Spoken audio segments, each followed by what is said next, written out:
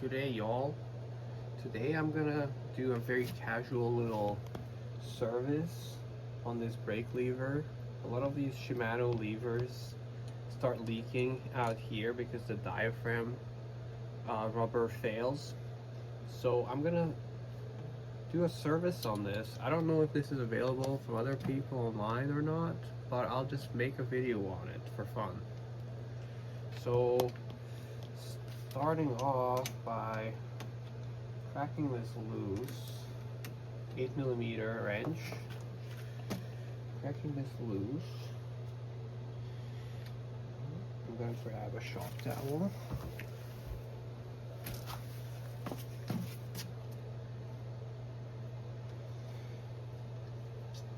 Yep, that came out way too easy, but that's cool. I'm going to have this here facing up so it doesn't leak too much. And then 4mm Allen key on here.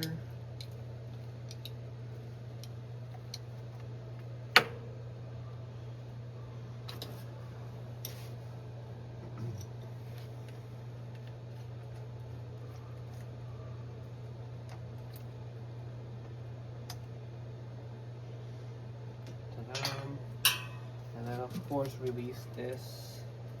It's just the usual stuff.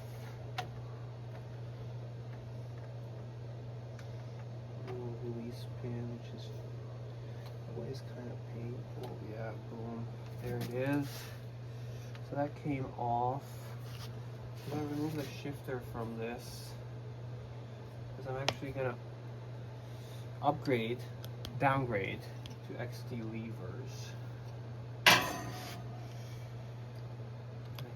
I think it's gonna be compatible. I don't actually know yet. We'll find out. I'll just remove this shifter.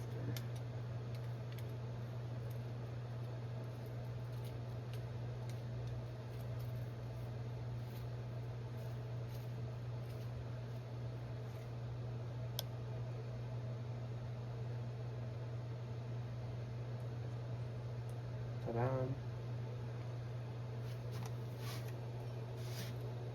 Okay. So that's the lever.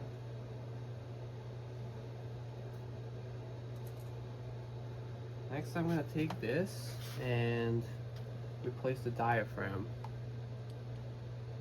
Okay. So I'm going to do this diaphragm replacement now. High-tech work surface here. Random box on the staircase. So I'm picking out this rubber plug. It's the first step. And then we go in here with a 2mm Allen key.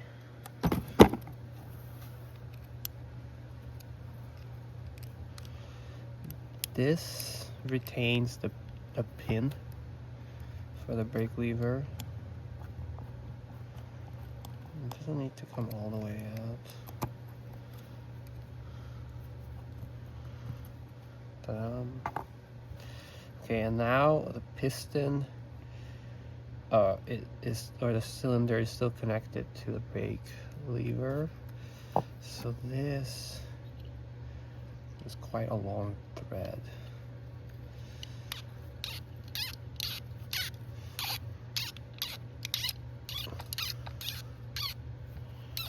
And the reason I need to remove this lever blade is to gain access to the screw that's holding the diaphragm cover in place. Okay, here it is. That's done. And now, there's the screw. I'm gonna wipe this off a little bit.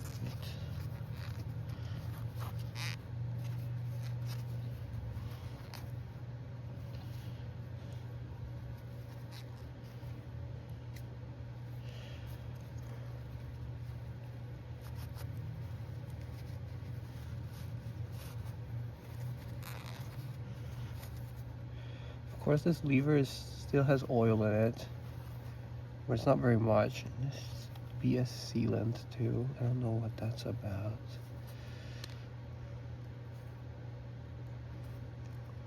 Yeah.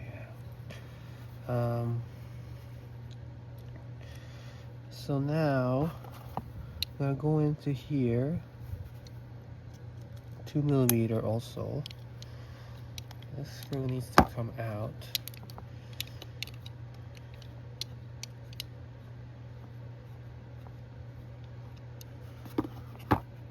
Okay, so now this diaphragm cover can come off, but the catch is, oh, it's not too stuck actually, it's moving, but what I like to do is very gently use side cutters to kind of lever it out from the two sides, like that. It's less damaging than using a pick. Here it is. Oh, this bushing fell out from here. Don't lose that. So we'll just let this oil get absorbed. And a paper towel. So this one, there's the rip right there. Ta-da! So it's always where the rips are. Not always, but the ones I've seen. So that's good. Now we take the new one. This new diaphragm is available from mtb-hydraulics.com, which is really cool. So, and handle this very gently because you don't want to break it before it's even installed. And you have this orientation, these slanted surfaces. You want to align those, and just gently push this over that rim, and then I'm just gonna use some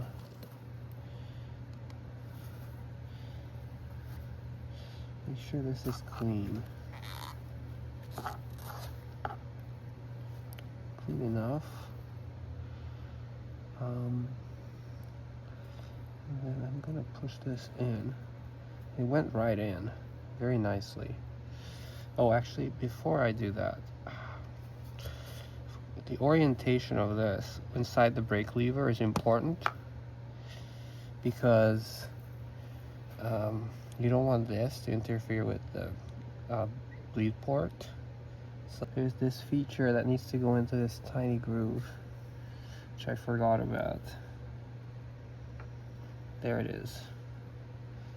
Yes, and I like it. Now it's evenly seated all the way around.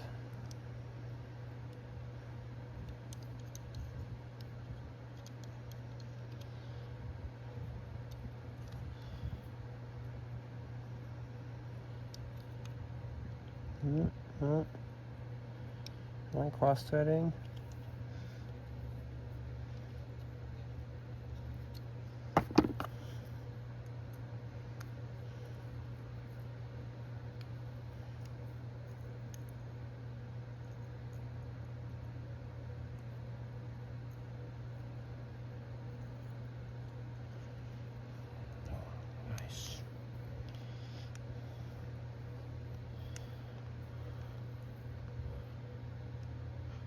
Don't go too hard on this because it's threading into a plastic groove. So that's replaced. So now it's just reverse of the disassembly process. Putting this in, aligning this.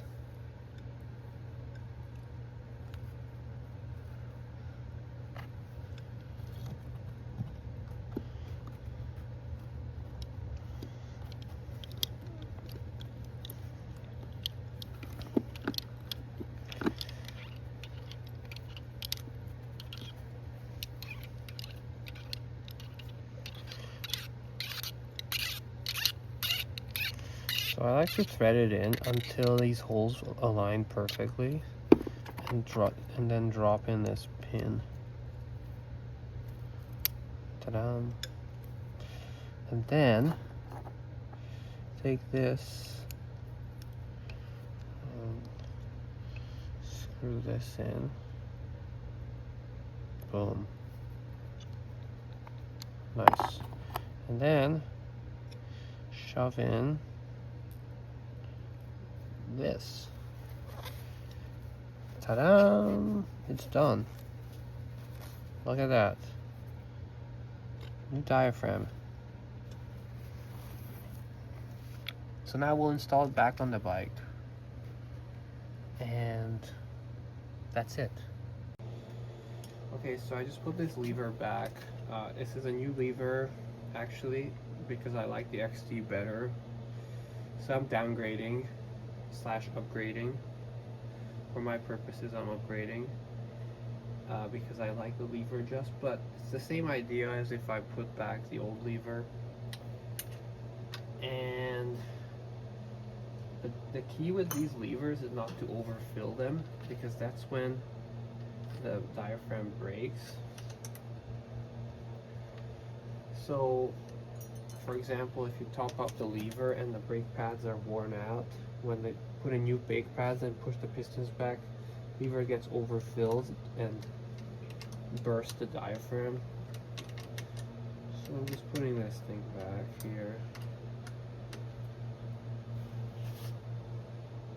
Just snugging it up.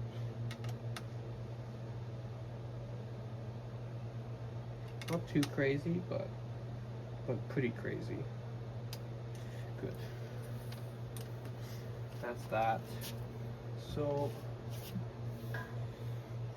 what I'm gonna do is make this roughly horizontal,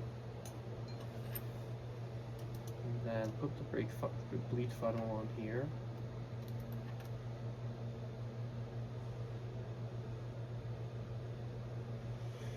You know, if I was doing this on someone else's bike, I would actually remove the brake pads and push the pistons back with the bleed block when I feel the lever. But since it's my bike and I know I'm going to pay attention to stuff, I'm just going to push the brake pads back and not actually remove them. So I'll just unscrew the caliper real quick.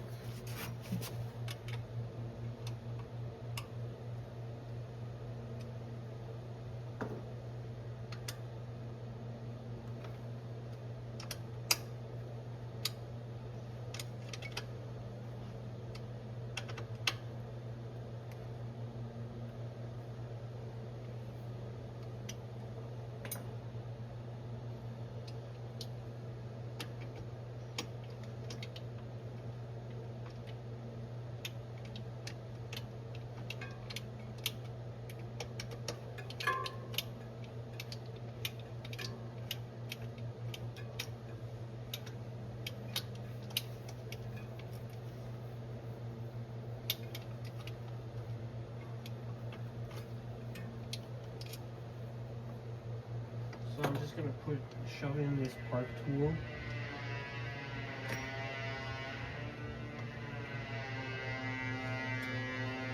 Basically all the way back, these brake pads. And then just fill this up a little bit. Okay, so the brake funnel is installed, and I'm just going to pump the lever until it fills up, basically. And calipers, the pistons are pushed all the way back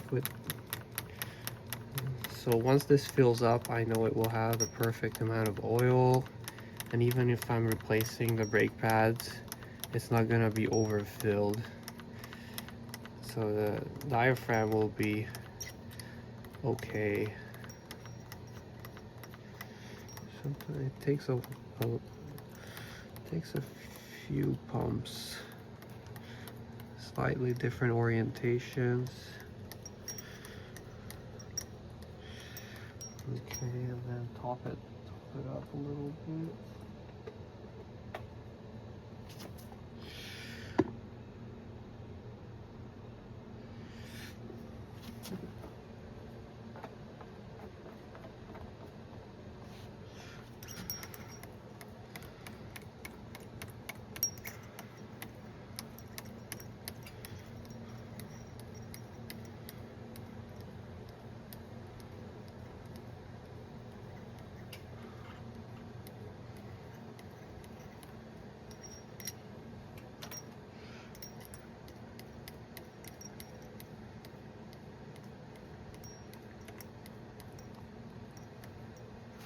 So I'm just gonna change the angle a little bit, get those last few bubbles out,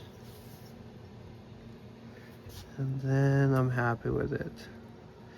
And it should firm right up because my caliper is blocked, or the tool is shoved in it.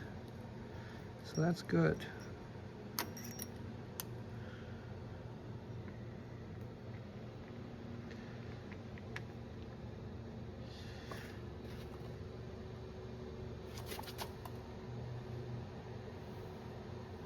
And I'm gonna cap this, put the caliper back, and that's it. It's done. And adjust the caliper, of course. But don't need to show that. That's easy enough for everyone. Okay, G night.